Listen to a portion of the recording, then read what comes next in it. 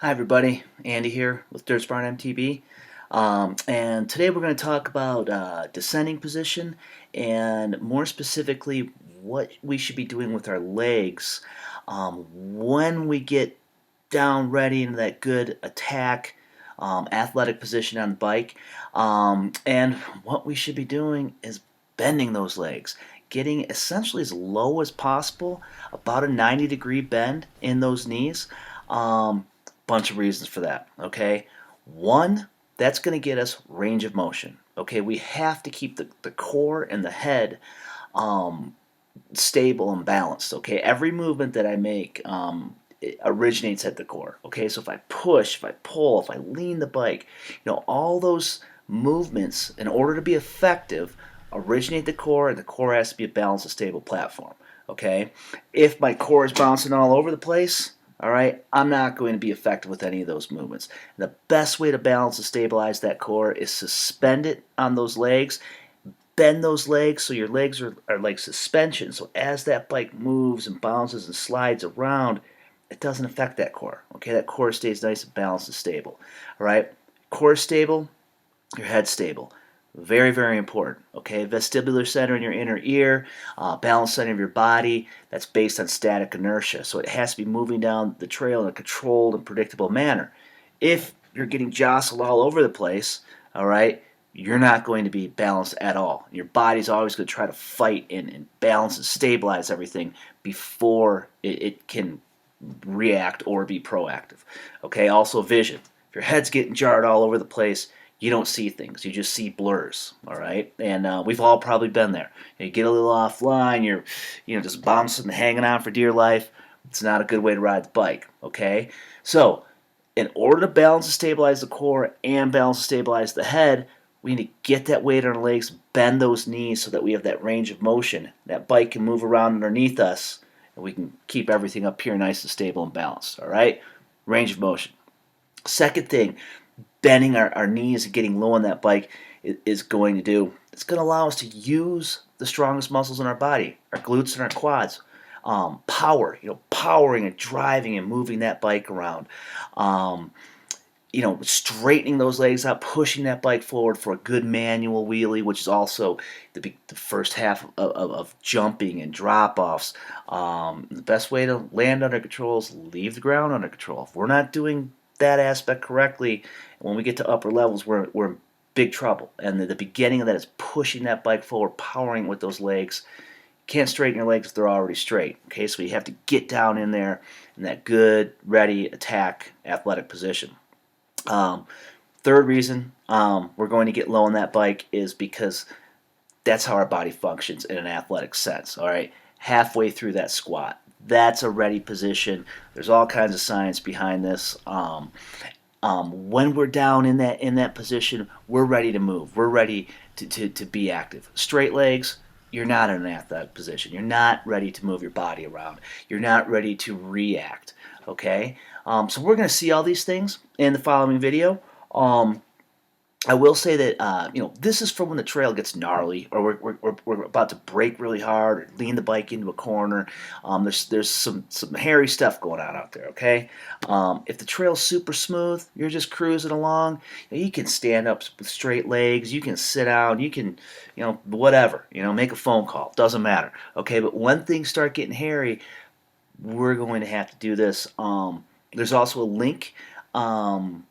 To a video that shows some of the top riders, downhillers, enduro racers, in the world. You should have seen it on the site before you got to this video. Check that out, And when those riders are in the super gnarly stuff, you're not going to see a bunch of straight legs and people standing nice and tall on the bike. Everybody's going to be down in there, bent legs, athletic position. So thanks for checking this out. Technique of the week, trying to get one up every week. So keep coming back. Check out the Dirt Smart MTB Facebook page. We'll let you know when everything's going on. Instagram also. So yeah, thanks a lot. Enjoy the video. All right. So look at how low that rider gets. Look at how much that bike's bouncing around, and watch how stable and controlled that core and that head are. The only way we're going to do that is if we get low on that bike, suspend that core, that mass of the body with the legs.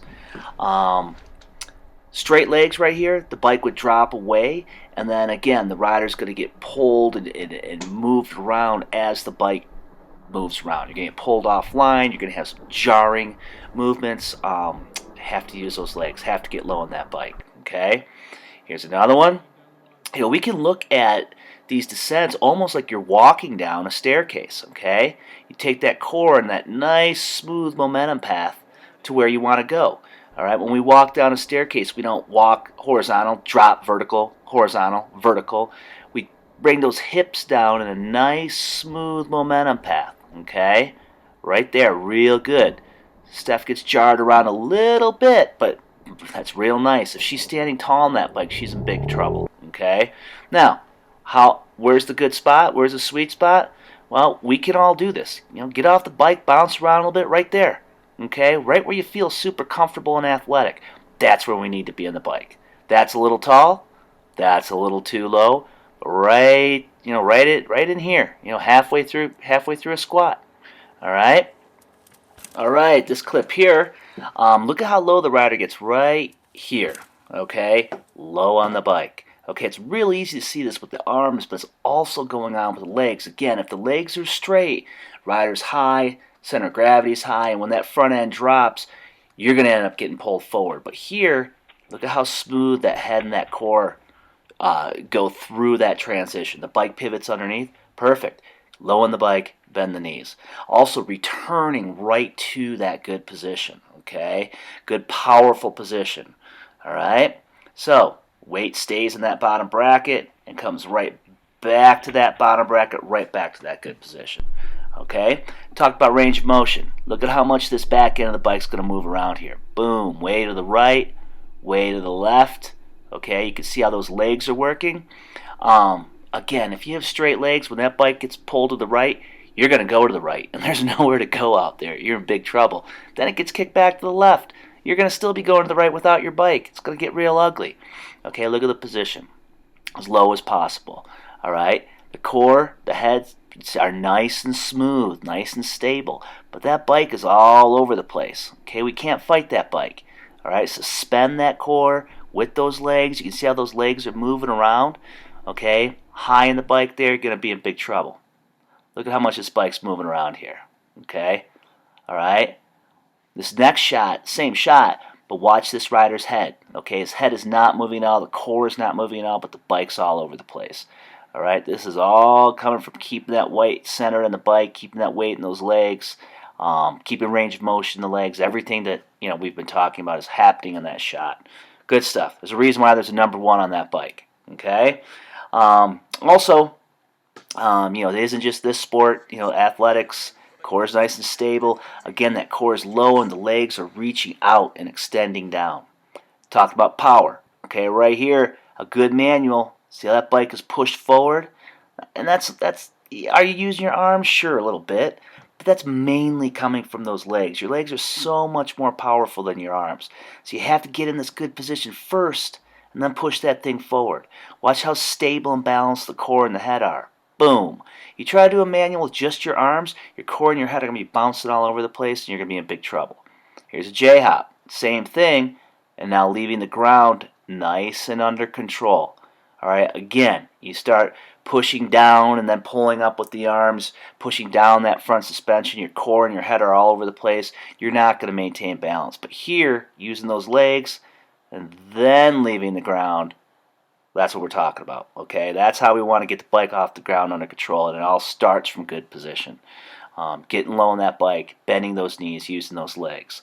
Some real trail stuff that you'll encounter. All right. Having a manual up onto a rock and then immediately back off. Okay, again, good position, and into the drop. That's legs right there. Look at how stable and steady the head and the core are the whole time. All right, 2 back-to-back manual wheelies.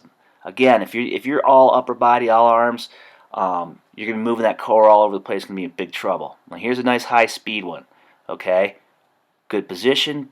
Pushing that bike forward and then catching yourself back on those legs, back to that bend. All right, screw this one up at speed, it's going to hurt a little bit. Okay, so use those legs. Bend those knees.